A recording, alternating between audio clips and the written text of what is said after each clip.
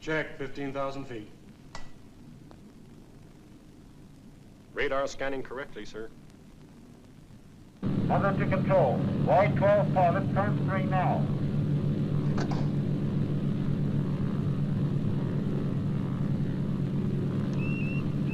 White 12 to control. Are you reading me? Testing. Over. Reading you loud and clear. Switch on your instrument transmitters now. Over. Control. I'm switching on now. Over. Check your recorders. Are you receiving signals correctly? Motor recorder okay. Beam director checking okay, sir. Pilot's heartbeat steady, sir. Air friction recorder working correctly, sir. Electronic brain and gyros recording correctly, sir.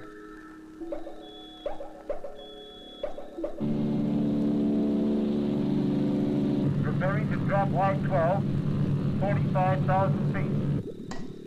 Check. Ready and waiting your countdown.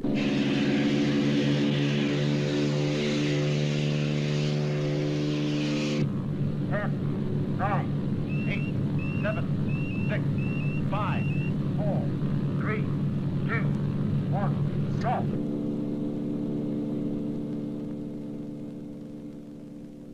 Y-12 detached and airborne.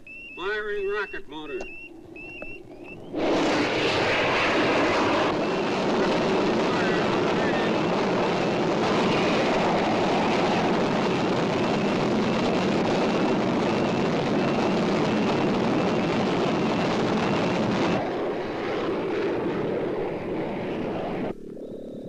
Gyro stabilizer set at 080 degrees.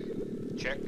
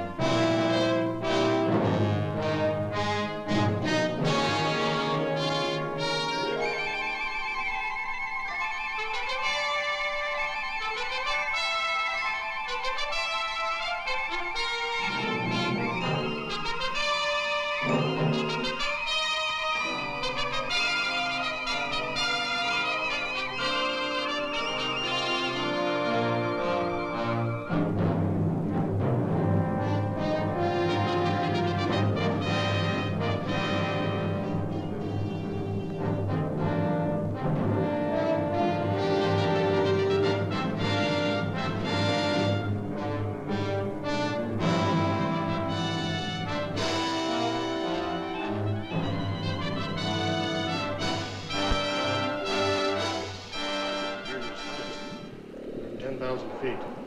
It's through the heat barrier.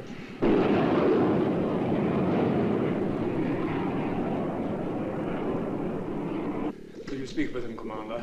He's near the controllability barrier. It will be difficult for him. Control to Y-12. Control to Y-12. Do you read me? Y-12 to control. Reading you loud and clear. Over. You are approaching controllability barrier. Steady as you go and hold on tight.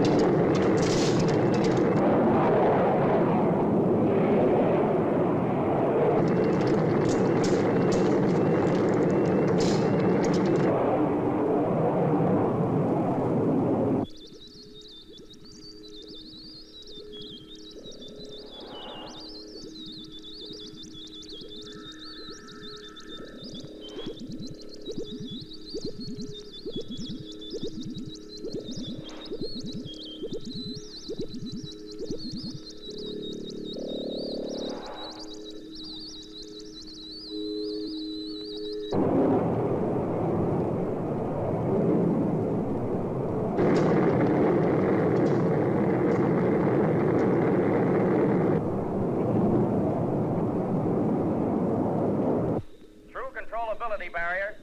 Gyro stabilizers holding steady. He's made it. God, a big achievement. It's great. Pilot's heartbeat steady, sir. Pilot's pulse checking okay. Control to Y12. Control to Y12. Do you read me? Over. Y12 to control. All sign of G pressure gone. We have you at 230,000 feet. Check. Check. Now hold on, boy. You're reaching the ionosphere. Your motor will burn out in exactly 5 seconds. Check. 4, 3, 2. That's the burnout. He's okay.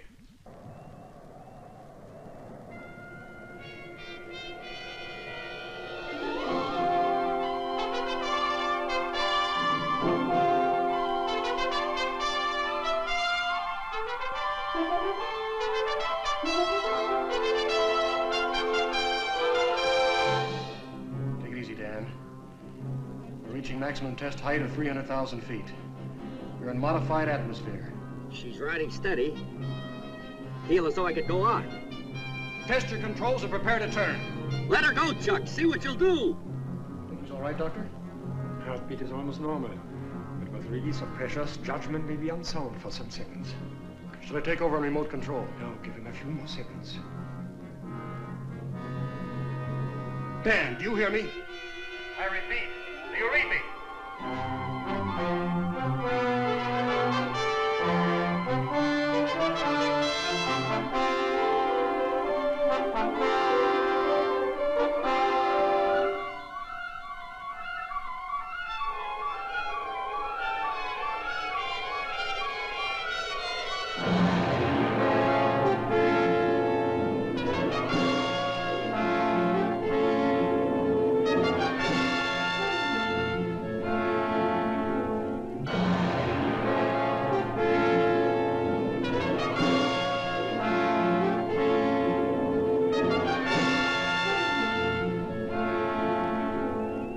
Cannot direct hands towards stabilizers. Steady me. Steady me. Electronic controls, take all stabilizers. Try, sir, but I can't get equalization. Keep at it.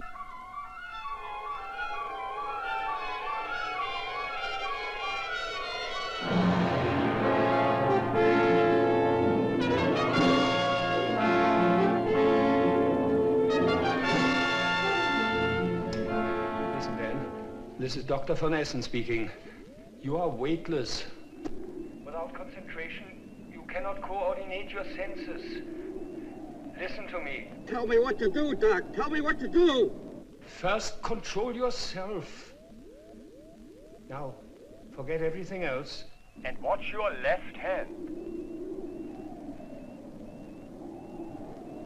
Without taking your eyes off it, put it down until it is resting on something. No matter what. Take your time. Be quick, Doctor. If he hits atmosphere at this speed, he'll burn up. When you have hold with your left hand, do the same with your right. Bring it slowly forward until you can grasp the stabilizer. Watch carefully until you are steady.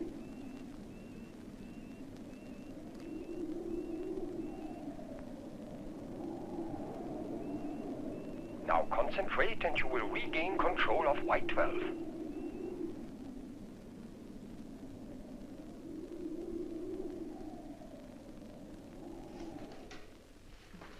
You're moving outside the preset radar position. We're going to lose you. Can't help it, can't help it. I got control, but I can't reduce speed.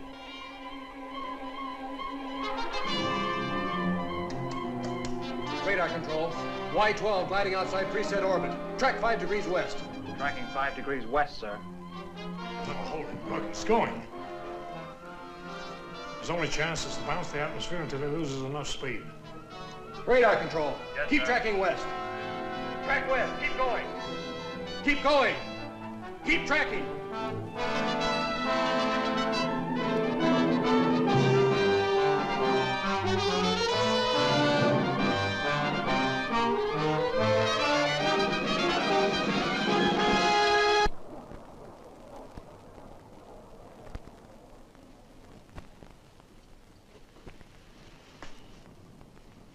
Well, if we don't hear soon, we never will. Why didn't he obey orders, stick to the test plan? They should have. You cannot blame your brother for this tragedy, Commander Prescott. For a few vital seconds, he was not himself. I wish I could agree with you, Doctor. We do not yet understand the physiological conditions a man may have to endure at such heights. My brother's always been unpredictable. He's a heck of a good pilot, the best we ever had. Well, he knew the limits. Why did he disobey orders? It was a physiological condition clouding his judgment. Chuck, we've progressed a long way in the development of aviation medicine, but the conditions we simulate in the high-altitude test chamber just aren't the real thing. Captain Richards' office, Commander Prescott speaking. Huh? Is the pilot all right? Now, where? Say that again slowly. Puerco, yes, I know the place, between Albuquerque and Santa Fe. Yes, sir, don't let anyone near it. We'll be right over. We found Y-12, sir, badly damaged, but in one piece. And Lieutenant Prescott, is he safe? Yes, he's all right. Yes, sir. Have Hyatt bring round my car on the double. Salvage officer speaking. Captain Richards, team up the Y-12 crew. Get them loaded and have a salvage crane follow me to Puerco. I'll radio... All, Commander. Looks like you're losing me another night's sleep. Afraid so, sir.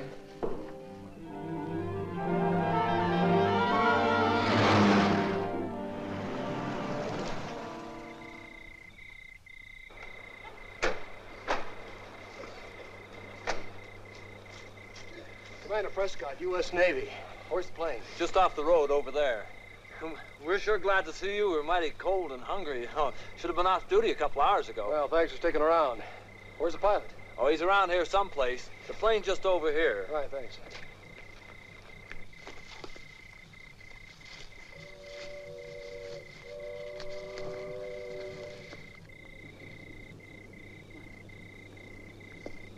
Take it easy, Clancy. It's me, Whitney. I brought the Navy. What in, a land yacht? See it come down?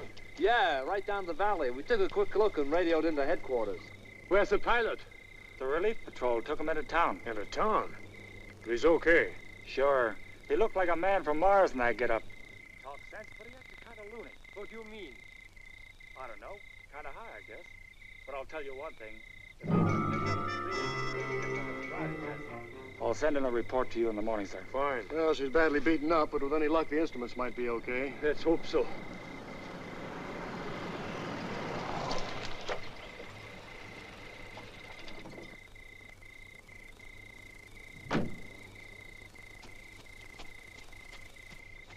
Evening, sir. Boy, that pilot's the zaniest guy I ever saw. How come? Well, he had me take him into town for a change of clothes, said he had some dame to see. Couldn't even wait for coffee. I guess I know where that'll be. Mind if I borrow the car, Skipper? Sure. We'll ride back with the salvage crew. Thank you, sir. Take it easy.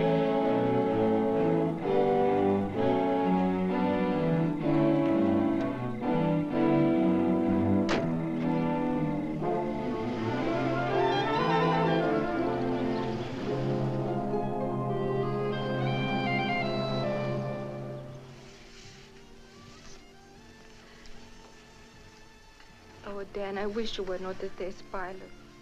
It is so dangerous. Honey, it's my future. It's our future.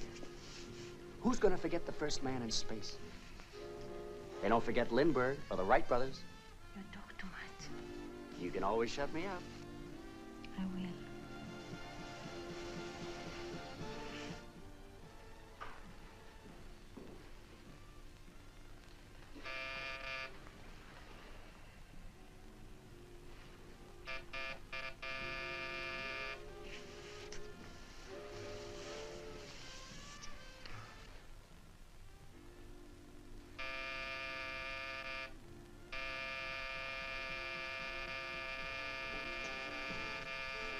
Ma chi può essere a quest'ora? Non si può mai stare in pace.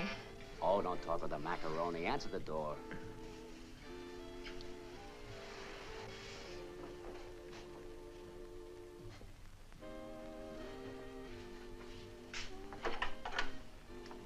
Is Lieutenant Prescott here? Yes. In there. What? Hiya, brother. Have a drink. What the heck's the matter with you?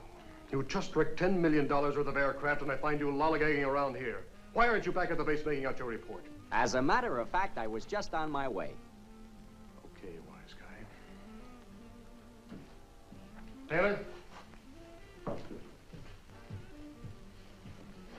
Escort Lieutenant Prescott back to the base and inform the duty officer that he's confined to quarters until further notice. Yes, sir. Now, get up. You can see how it is, honey. I'll phone you as soon as I can. You can pull all the rank you want. You're very good at doing that. But just remember this. You couldn't pilot a kitty cart across the other side of the street. If it weren't for guys like me, you'd be dead. Nothing.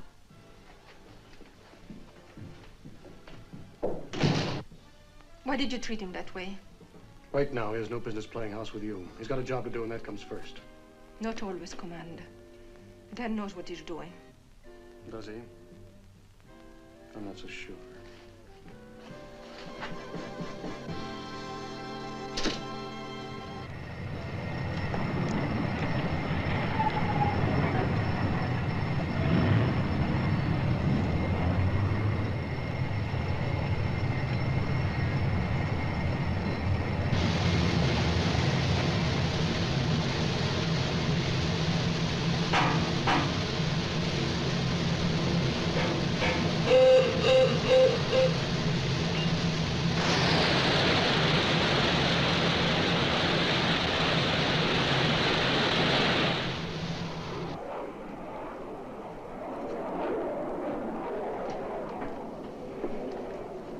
Why don't you quit riding the boy, Chuck? He disobeyed orders. Y-12's a wreck, and we were darn lucky to salvage the instruments. All right, but you gotta look at it both ways. Just think of the progress we made. Come in. Yes, sir. Simmons, take this to Commander Barrett. Tell him I'll be there in 5 minutes. Yes, sir. I got something else here you can worry about.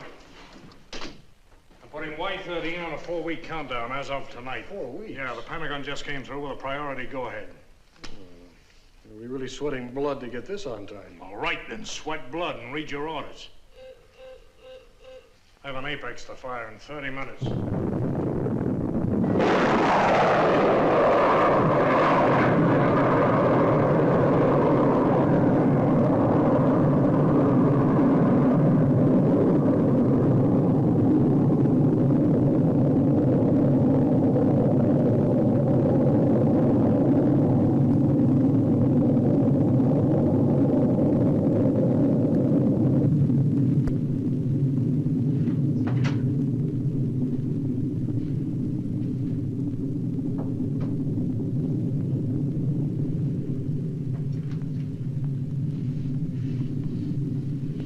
Look at that baby go. Isn't she beautiful? You're, released on Captain Richards' orders. It's about time. It's not all. It seems that the Pentagon is so impressed with your fame that you're to pilot Y-13. That's great. But you're not so very happy about it, are you? I just want to be sure of one thing, that there are no mistakes, that you obey every instruction given to you. Your reactions are slow up there. That's not the answer I want. What do you want me to say? I want you to say that you understand that you're the pilot, but I give the orders. Unfortunately, I think you'd do anything for this. Get off my back, will you? I'll get off your back as soon as you realize that we're developing a piloted space plane and not a record-breaking hero. All right. As I said before, your reaction is slow up there. No, we'll see to it that you get plenty of time for a checkout before the next flight. Dr. Vonnessen will give you a thorough indoctrination so that your reactions are automatic. Now get your things together and get over to aviation medicine. Yes, sir.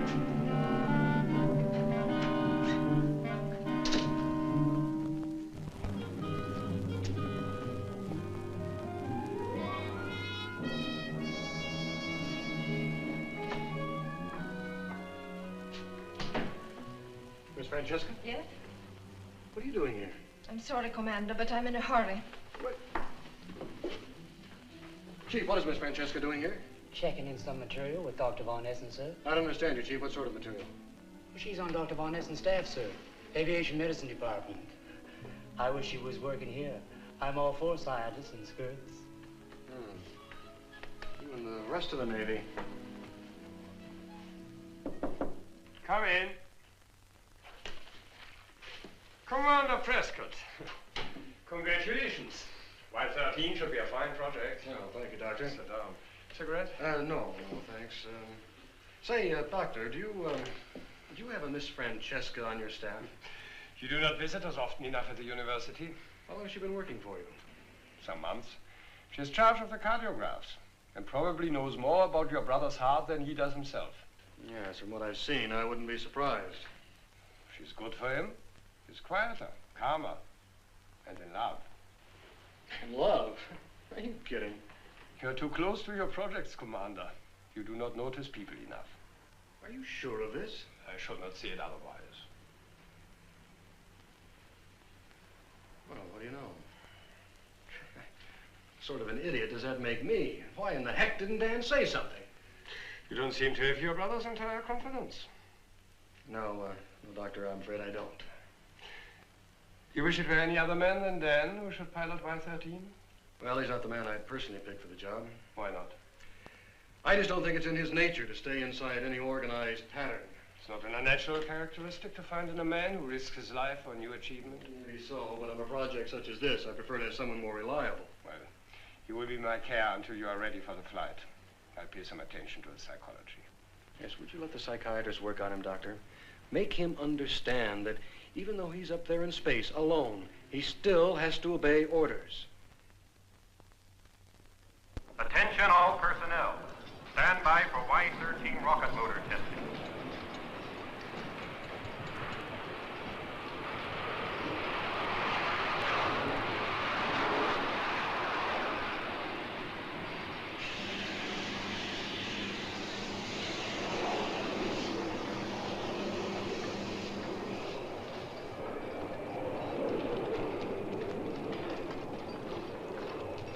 Y-13 tied down. Fueling completed. Stand clear for test. Stand clear for test.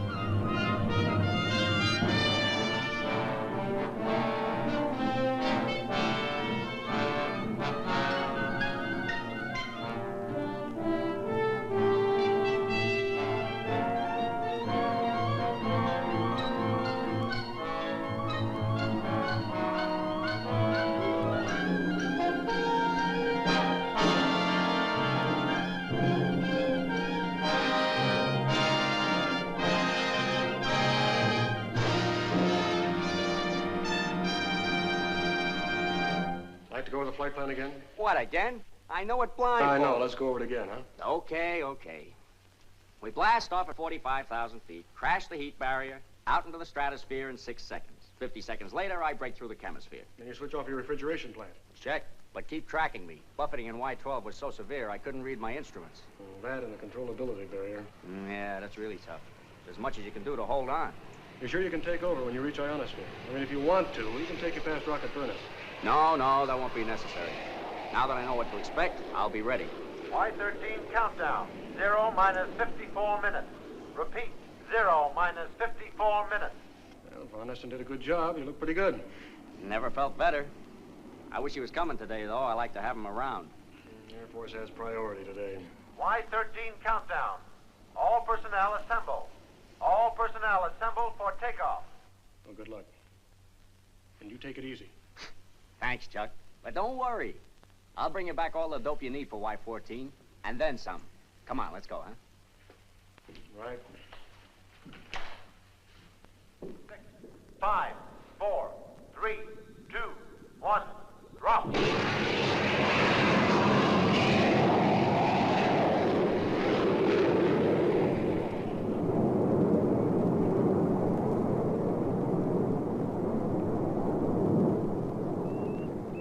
Y13 to control. Y13 to control. G pressure gone. I'm weightless. But gyro's holding steady. Okay, Dan, we're with you. Check controls for atmosphere bite. I'm checking now. Steady her up, that's enough. Take it easy, Chuck.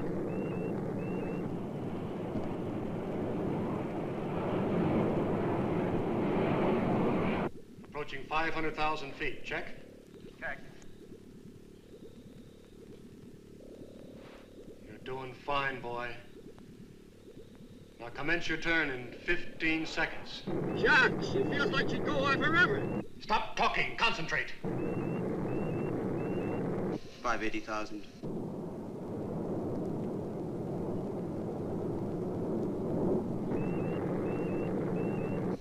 590,000.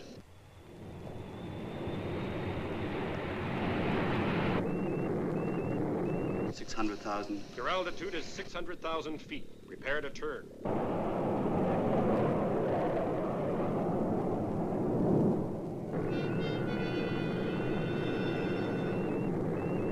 Dan, Y13, Y13.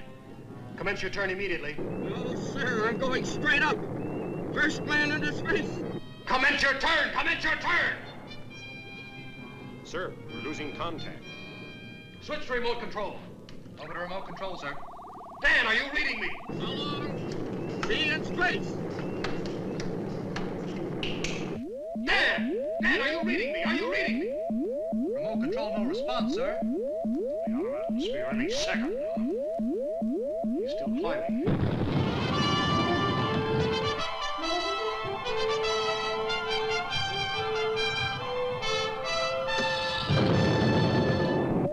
The full spine is emergency boost. This is an emergency.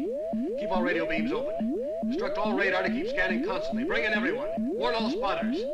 This is an intercontinental priority. Yes, sir. Yes, sir. Well, he's on his own now. The first man into space. He'll either hit the moon or orbit the Earth the rest of his life.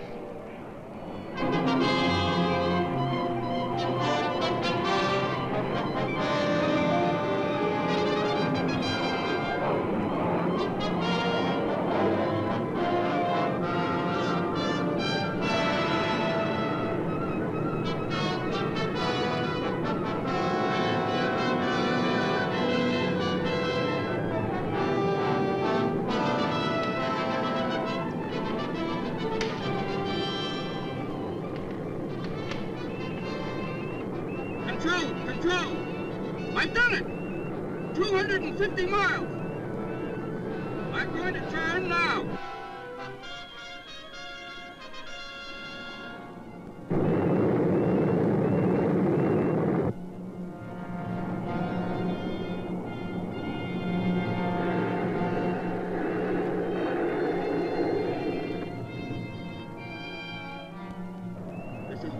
Y13 calling from over 250 miles in space. My rocket motors have burned out, and my gyro stabilizers cannot turn me at this height. I'm going to use release mechanism to catapult myself and the nose away from the plane. Control, are you reading me? This is Y13. Control, are you reading me? This is Y13. Y13 calling control. I'm running into meteorite dust. Pressing ejector button now. Wish me luck.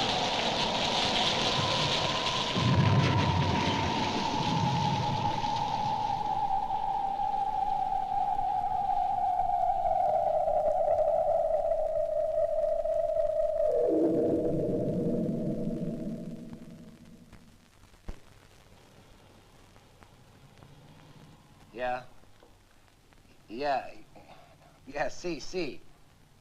Yeah. Kalinsky. Yeah, sure. We'll take care of it right away. Yes, sir? There was some Mexican farmer called Sanchez. He says he caught sight of a parachute floating down. It landed just outside his farm. I don't know. He says there's something like a front half of a plane or something attached to the chute. Where's he located, sir? Just off Route 17, about 10 miles south of Alvarado.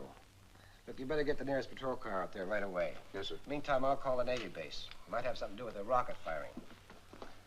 Hello, get me the duty officer at the Navy base.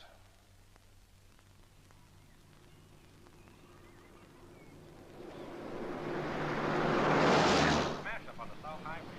Bus full of people and should have word from car 15 any minute now. Yeah.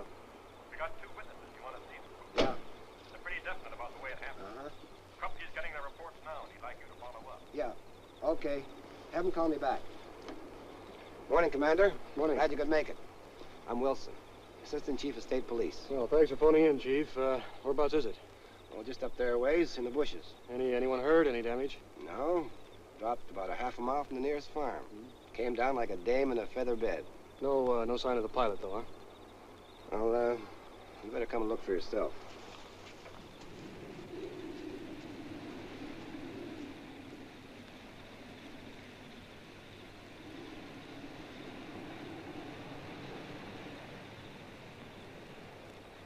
Well, what do you make of it, Commander? I don't know. It's too early to say. I've never seen anything like this before. We'll have to go into the test lab. Well, the pilots had it, that's for certain. And the smashed canopy, you mean, huh? Yeah, I couldn't live up there in space. You got a minute, sir? Why? Could you come up and take a look at what we got up here? There's a farm. Are you okay? Oh, yeah, I'm okay. Salvage crew's right behind me. Oh, well, look, will you have one of your men stand guard? I've got to go in Albuquerque and make a call. Oh, sure. I'll be here myself. Well, thanks for your help. I'm always glad to help the Navy. What's the trouble? Oh, it's this Mexican farmer. He's had a lot of cattle slaughtered for no reason I can see. Well, let's go and see. Okay.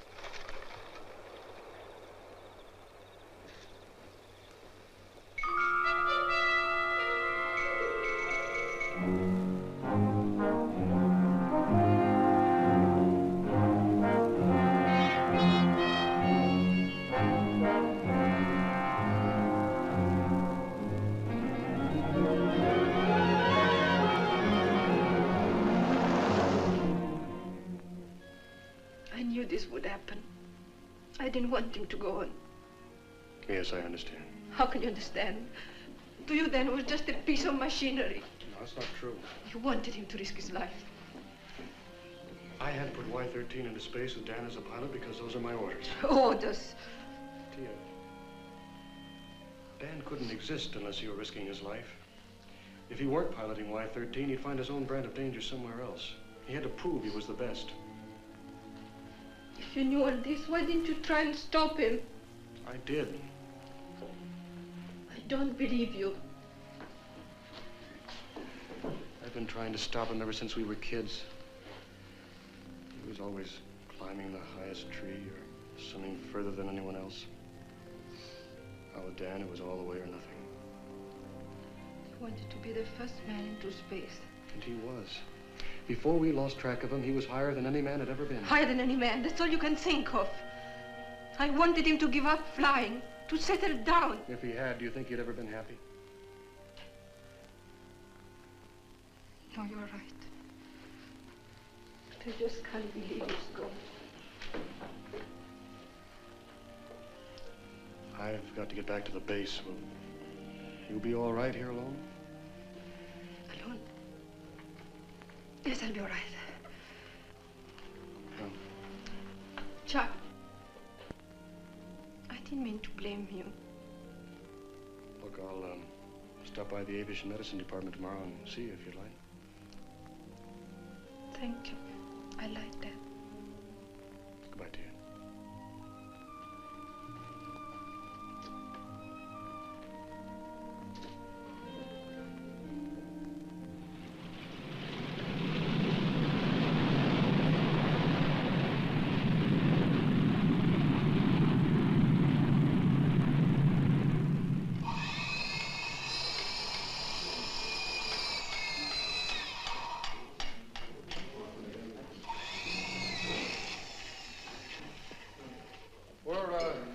some metallurgical tests. It seems as if the skin was subjected to some sort of incrustation we've never heard of. Any idea how high he went? Oh, and weakened gravity pull, he could go a long way. Could be anything, 250, 350 miles. Chutes seem okay. It's the usual signs of scorching. Yeah. The automatic escape mechanism operated perfectly, too. And this braking chute opened just right, as soon as it hit full atmosphere density. But it was too late to save Dan. Nobody could live once the canopy burst. He'd be dead in a second. Have a look over here.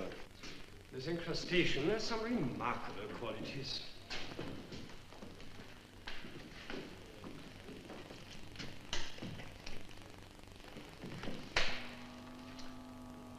You see? Nothing. Nothing at all. X-rays will not pass through it. No luck here either, sir. Thank you. This is the infrared photograph. But the rays do not penetrate to show us what is below the surface. Then here, under the ultraviolet lamp. I can't understand it. It's resistant to any identification or penetration test we can do here. We'll take a photograph anyway. There may be some reflection we cannot observe, though I doubt it. So far, then, your tests are negative. Well, let's hope the metallurgical report will give us a line. Let's hope. Let me know as soon as you have it. Well, good night, Doctor. Good night, Chuck. Good night. Good night, sir. You know, you better get some sleep. I will, Skipper, thanks. What is this stuff, Doctor? Do you think a chemical breakdown could tell us anything? We do not even know the primary reactor. I'd send a sample to my own laboratory. We may find the answer more quickly. You know, I can't get him out of my mind, Doctor. I can just see him up there now in the cockpit. He wanted you there today. Maybe if you had been. If only I had. You mustn't blame yourself, Chuck. You're right. Look, I'll check with you first thing in the morning, huh?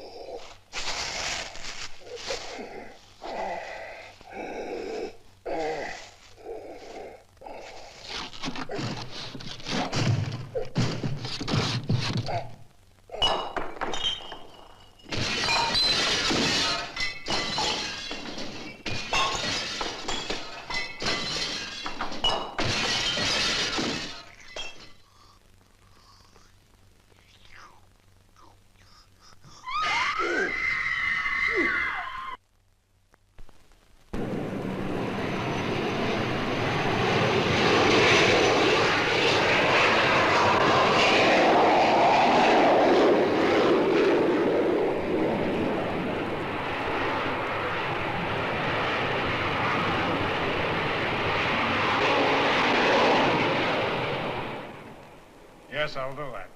Thank you, sir, and goodbye. Come in. Hi, Chuck. Glad you came by. I want to talk to you. Have you seen this, Skipper? There's not the headline. Read further down. In the past 24 hours, death has struck in mysterious and terrifying ways. The type of wound inflicted is fearful and inhuman. Yes, read the middle part, sir, where it talks about the slaughtered cattle. That farm is right next door to where Y-13 fell. I've got to call in now to Chief Wilson. I don't get the tile. Yeah? Call for Commander Prescott, sir. Thank you, sir. Commander Prescott? Yes, Wilson, where are you? Alameda? What? Yes, well, I'll be there as soon as I can.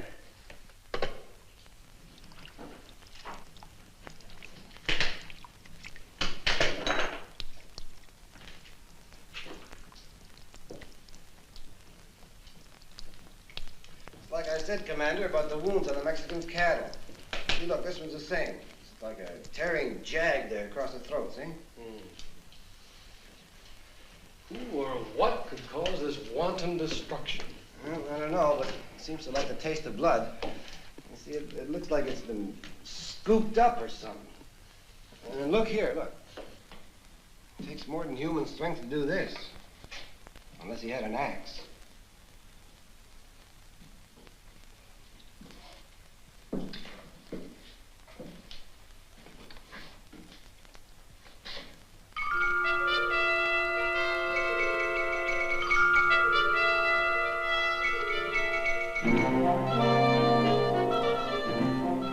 Chief.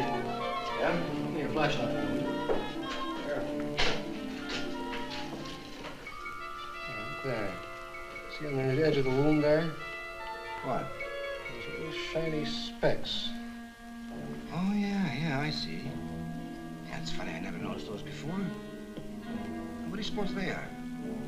When you do an autopsy, will you send a sample of that to a Dr. Von Essen in aviation medicine?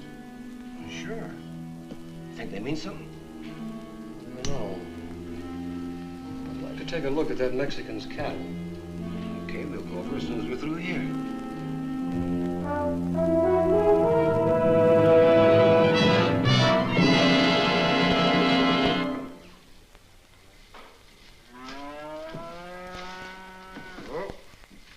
Well, there you are, Commander. Take a look. There's a dozen more like it in the lower pasture. Está muerta. Qué cosa terrible. It is piedad. Who won't kill Clara? She won many prizes at Feria. You see what I mean? It's the same thing. The throat ripped right open. Looks like it kills whatever it comes near. Yeah. Any idea what sort of a weapon could cause such a gash? No, not yet, but we're working on it. Shine your light. Oh, yeah. Those shiny specks again. Would you send a sample of this also over to aviation medicine? Sure. What are you trying to say, Commander? That something from outer space came out of that missile? Well, I don't know, but I'd like to have them compared to the sample we took from the nurse at the blood bank. Okay. You think it's going to help us find the killer? Well, I can't say, but let's hope we catch it before it does any more killing. Well, can't escape my roadblocks forever. But if you've got any ideas, Commander, you better let me in on them.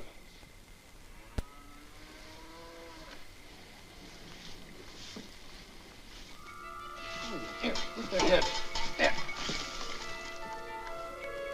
What is it? Looks like a high-altitude oxygen leak. I gotta get back to the base. I've got a lot of work to do. But don't worry, I'll keep in touch. Yeah, sure. Hello, signors. ¿Quién pagará mi embarcado?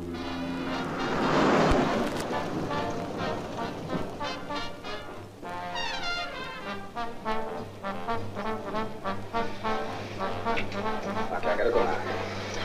I'll be back this way next Thursday, huh?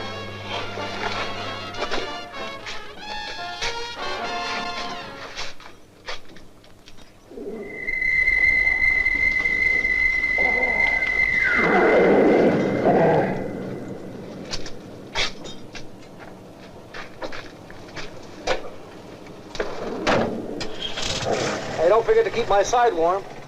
Don't worry. I won't let it get cold.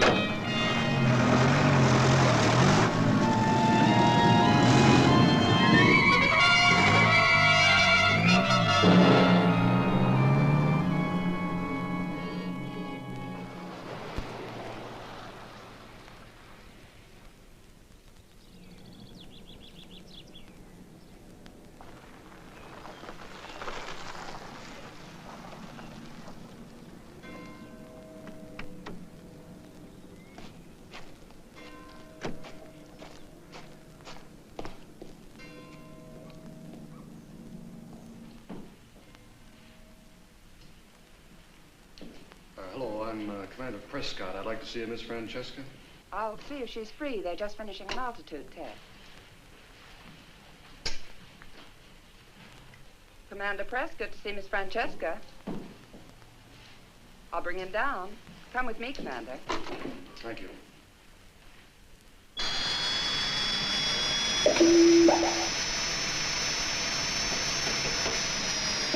Watch atmospheric density and final reactions carefully. Only 10 seconds to normal. Right. Open the chamber.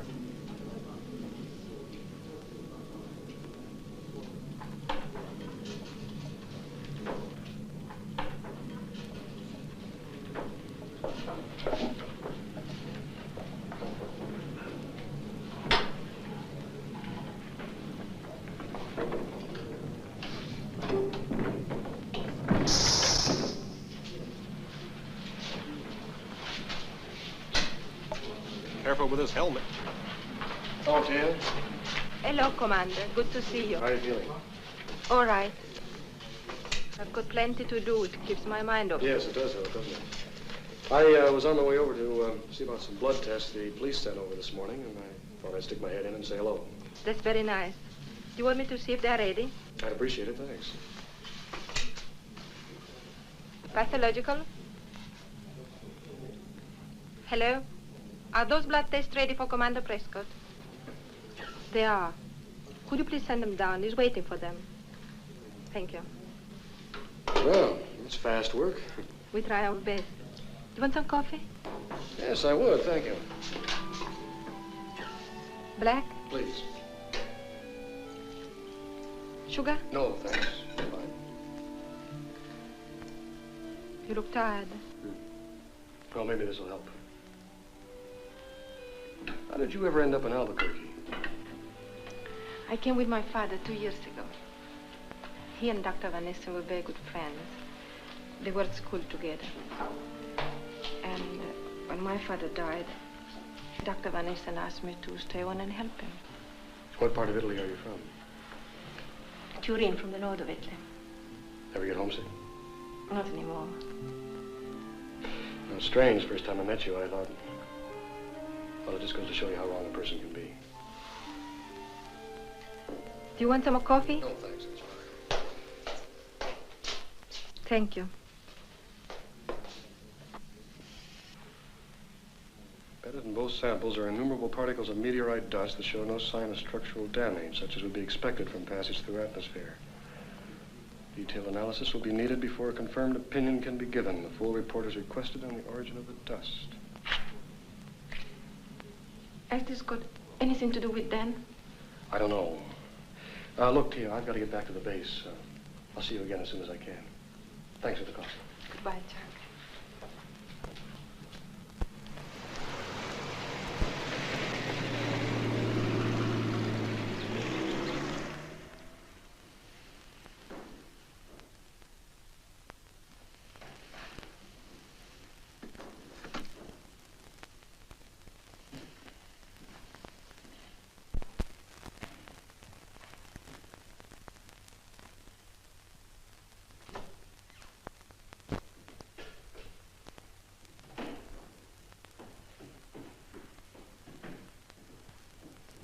We have the results of the metallurgical tests. Hang on a second, will you, Doctor? I'd like you to take a look at this. Later. Come over here. I want to show you something.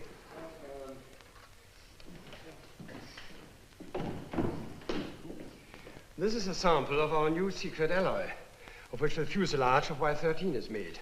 You know the terrific heat and pressure it will stand. No? This is a piece from the fuselage, which was coated with this strange substance. Notice, the metal underneath has not been affected. Now, this is a piece we removed from the stabilizer that has escaped being encrusted. Look, it has undergone a complete transformation. It does not even retain a resemblance to metal. It's like crumbling carbon. And if I grind it, there's nothing left but powder. What could cause this transformation, Doctor? Difficult to say. Possibly cosmic rays we do not yet know or understand. The where it is coated, this transformation hasn't occurred, right? Exactly. So then it could be that this is some sort of cosmic protection. Commander Prescott, report to Captain Richards' office, please. Commander Prescott, report to Captain Richards' office, please. I'll be right back, Doctor.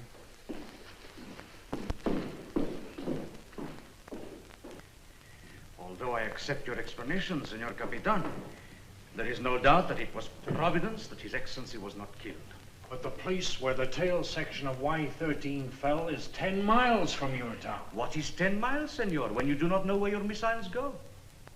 What's he getting at? He's referring to the rocket that almost hit Juarez. But that was a captured German V-2. It happened nearly 10 years ago. What is 10 years, Senor? You still do not know where your missiles go. He has the whole story, sir. The low-flying projectile you lost over Argentina last year, and the Apex missile that disappeared last week. That is so, Senor Capitan. Where are they, eh? As if I knew. If they're not up there, they must be down here. Glad you're here, Commander. Meet Senor Ramon de Guerrera, Consul for Mexico at Santa Fe. Mr. Harold Atkins, State Department, Commander Prescott. Mr. Atkins?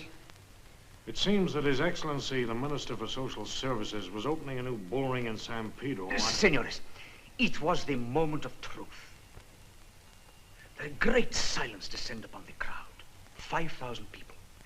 10,000 eyes, Senor Comandante, fixed on the blade. And suddenly there is a roar from space. It was greater than the roar of the Olés that would greet the final triumph. All the eyes look up. When they look down... You missed the kill? Of course. Suddenly there is a tremendous... The crowd scatter. The bull is scared, jump over the barrera, nearly into the lap of His Excellency. And then the bull escaped and wrecked the market. They found what was left of Y-13 tail section later on in the day. Y-13? Yeah. Well, how soon can we get a salvage crew down there? I'm afraid it's not quite as simple as that, Commander. There are formalities and compensation. Yes, senores. Here is a list, Senor Capitan, but is not complete. 20,000 pesos? Must have been the bull of the century. Senor Capitan, it was a bull, worthy of Manoletti himself. Senor Consul, I hope you will cooperate by allowing us to salvage the tail section. I will use my personal influence. Thank you. And the United States government will see about adequate compensation. Please impress upon His Excellency that both our countries will benefit from permission to send a salvage crew onto the crash site at the earliest possible moment. Of course, Senor Capitan. Well, buenos dias, senores. Buenos dias. Buenos dias. Oh, and, Capitan, I hope the next time you lose a missile, you shoot it in some other direction.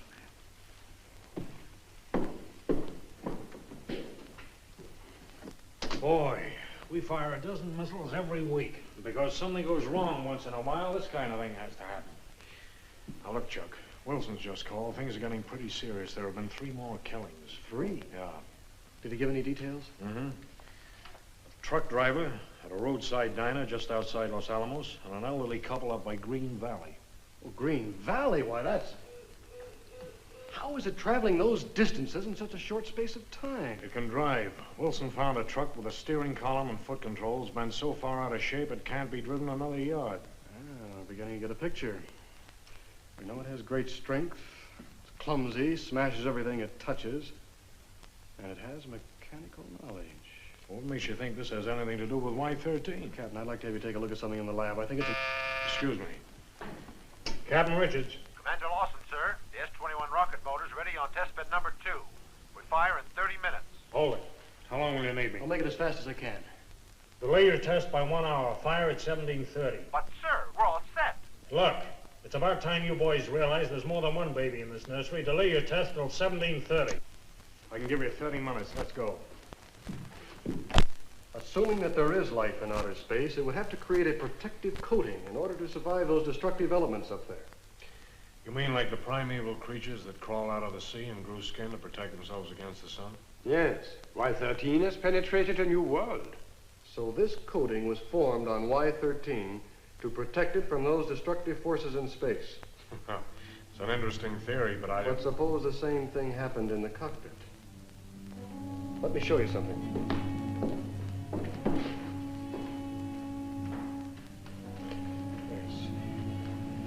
If you notice, this is flexible and harmless to touch. Let me demonstrate on this piece of sponge rubber in here. I'll wrap this around my hand. Watch this.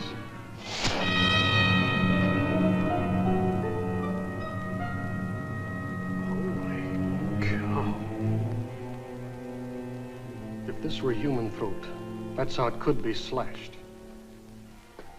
And look closely into these gashes. Meteorite dust. The same as in the wounds of all the victims, meteorite dust. So there's only one interpretation I can put on all this. This monster kills, but only because for some reason or other it needs this blood. No one has seen it and lived. What are you getting at, Chuck? I'm afraid this monster is Dan.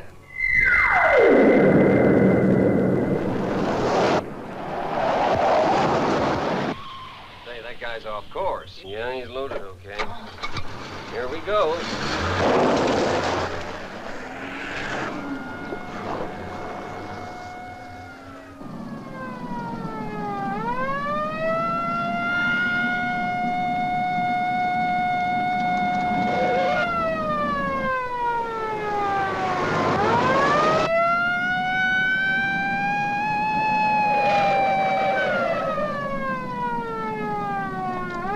Hold on, I'm gonna take him.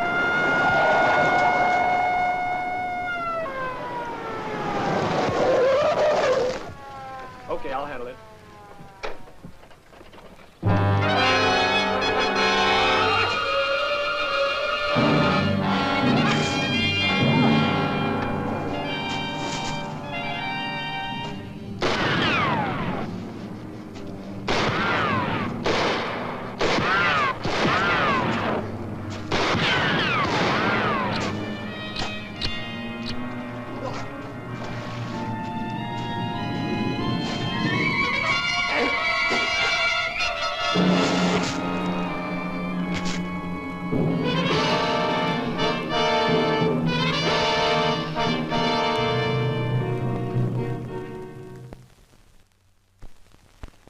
Dan's metabolism must have changed, but what form has it taken?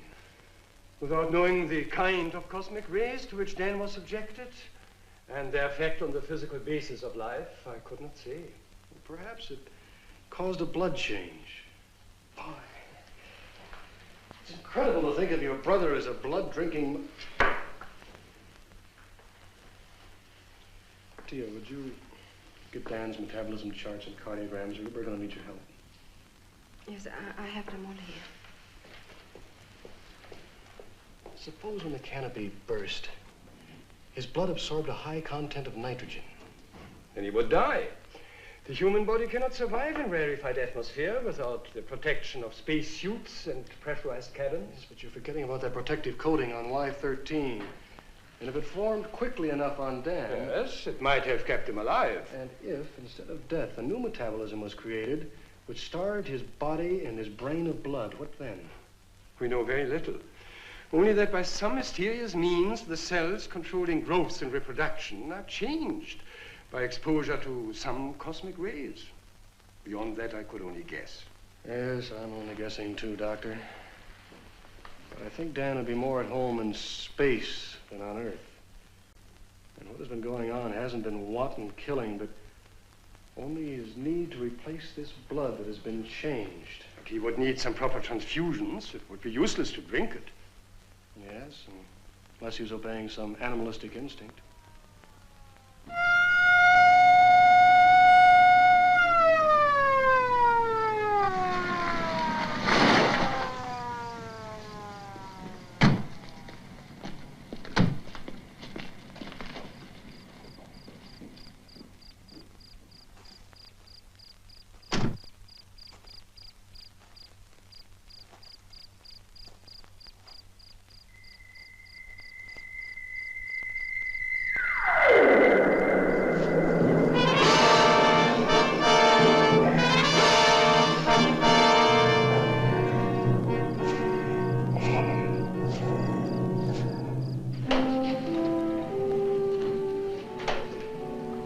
Sarge was right, Commander. Look at this. It's Dan's space helmet. Where'd you find it? Not too far from here, in a car with his latest victim.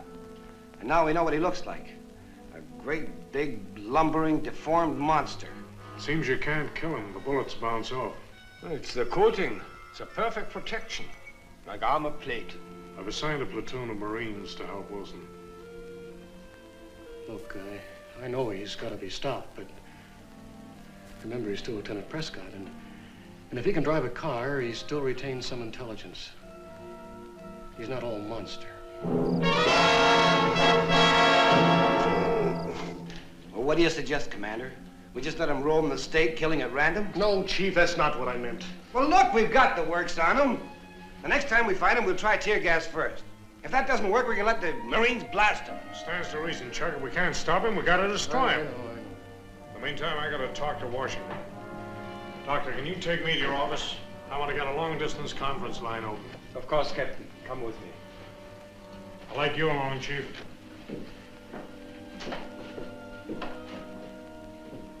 Chuck, why did this have to happen? Tia, we're conquering a new world. The dangers have to be faced. Someone has to start. But why Dan? Who could stop him? I couldn't, even though I tried. You couldn't either. No, I couldn't. No, though, you were right about one thing. It was a piece of machinery that I wanted in the cockpit of Y-13, not Dan. It is hard to remember sometimes that people matter more than machines. It is...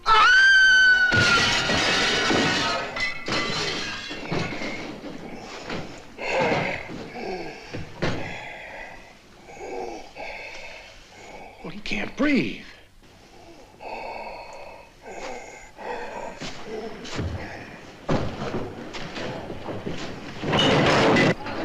In there!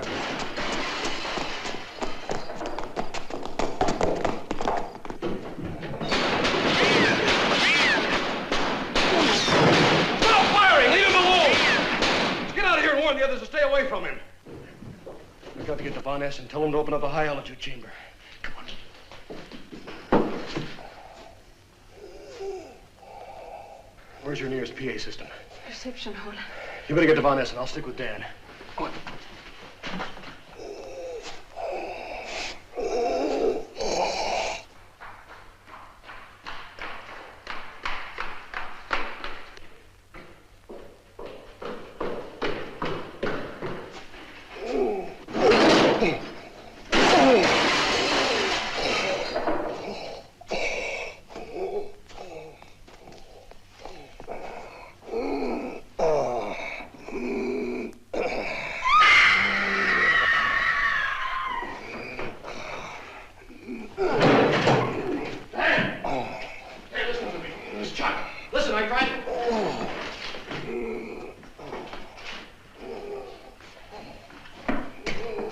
Attention, everyone.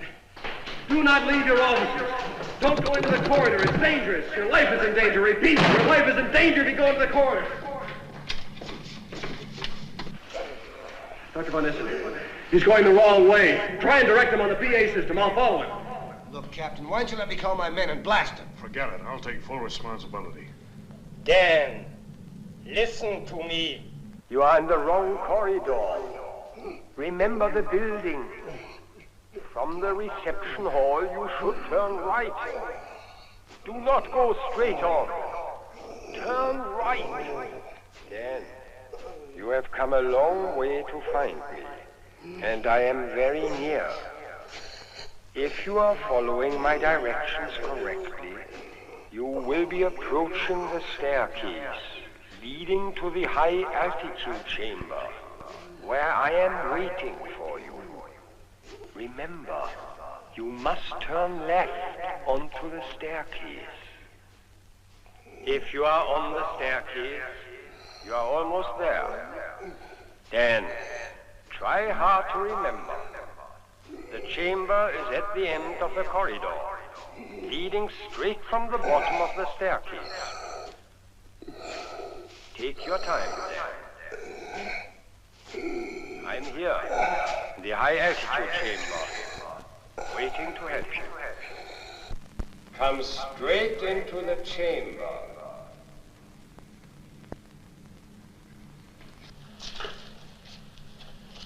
She's coming this way. Captain, open the door to the chamber. Larson? Yes, Doctor. Take Mr. Wilson over to the atmosphere controls.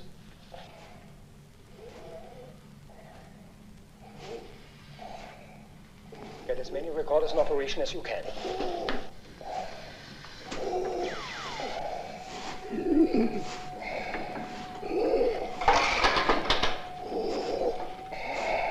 Look out, Skipper!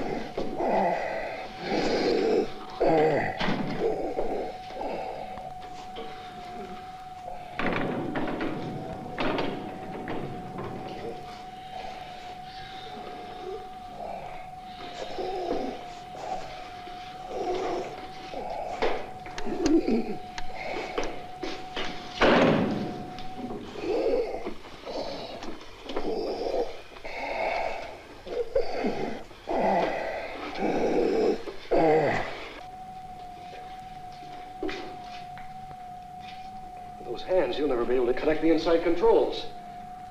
I'm going in. Chuck, you can't. I've got to. Chuck!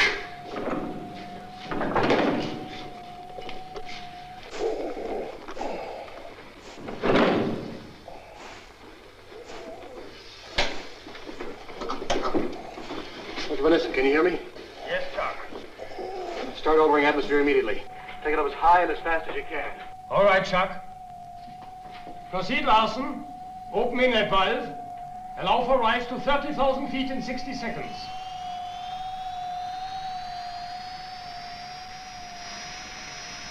It's been done, Chuck. Dan, it's Chuck. Your brother, don't you know me? It's Chuck. We want to help you. We want to help you, Dan.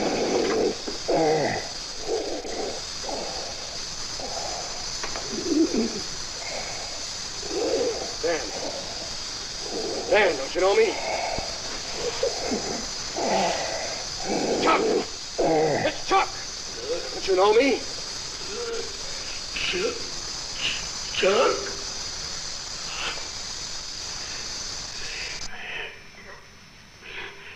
Dan, we're trying to help you. Sit down in the pilot's seat. Sit down. That's right. Back up. Easy. Sit down in the pilot's seat. Back up, down. That's right. Dr. Vanessa, give me some oxygen, quick. All right, Chuck.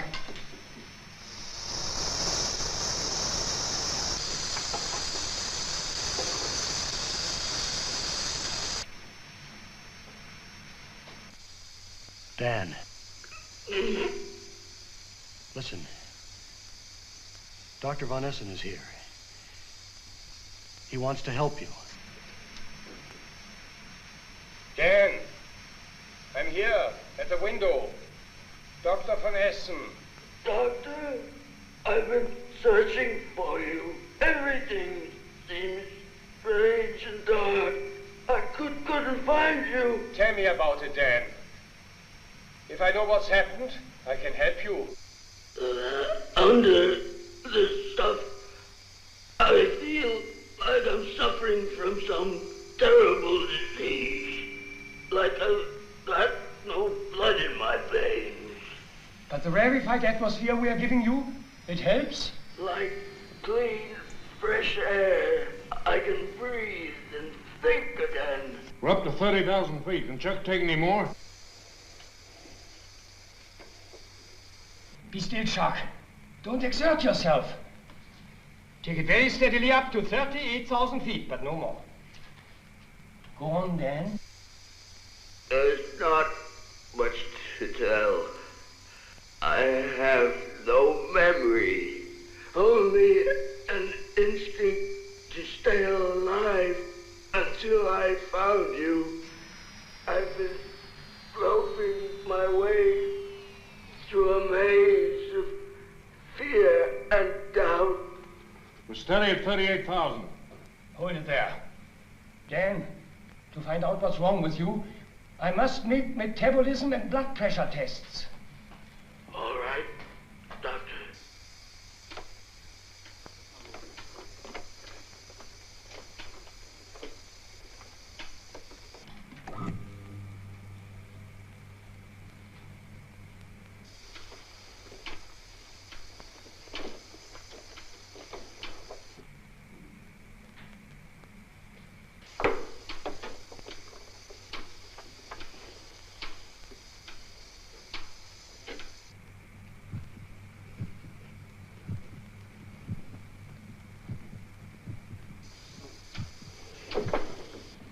Dan, can you tell us what happened up there in space?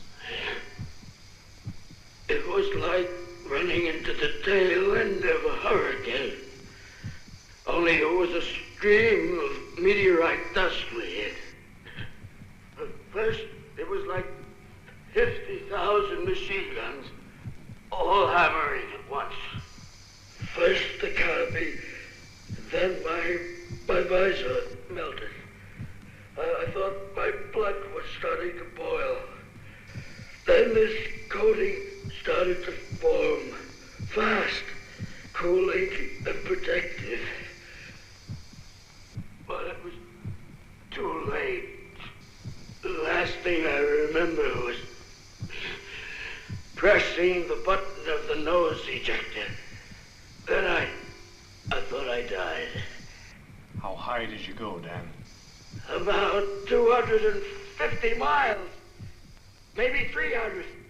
I don't know. Chuck, did you hear that? Yeah, Dan. I'm listening. You thought I was kidding when I said I'd bring back all the dope you wanted? Well, I've got it all. With the covering of this stuff, Y-14 will be able to go through that meteorite dust straight up.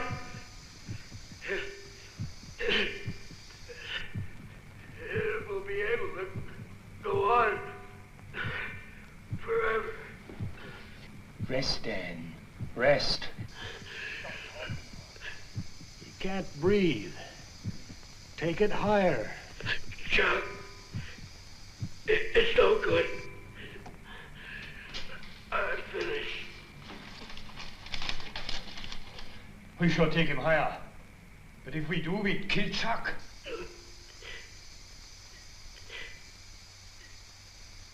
Kia. Yes, Dan.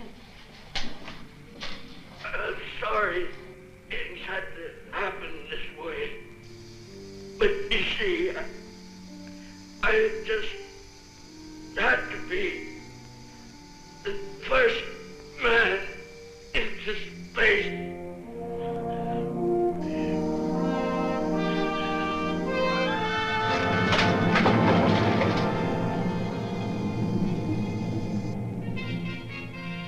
Neutralize atmosphere.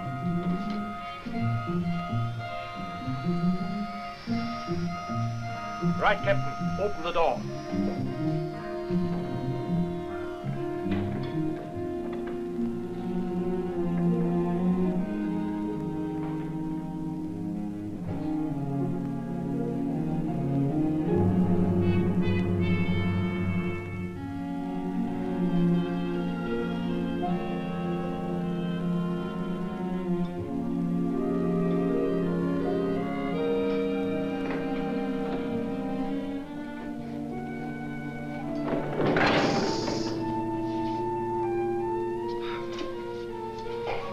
Note here.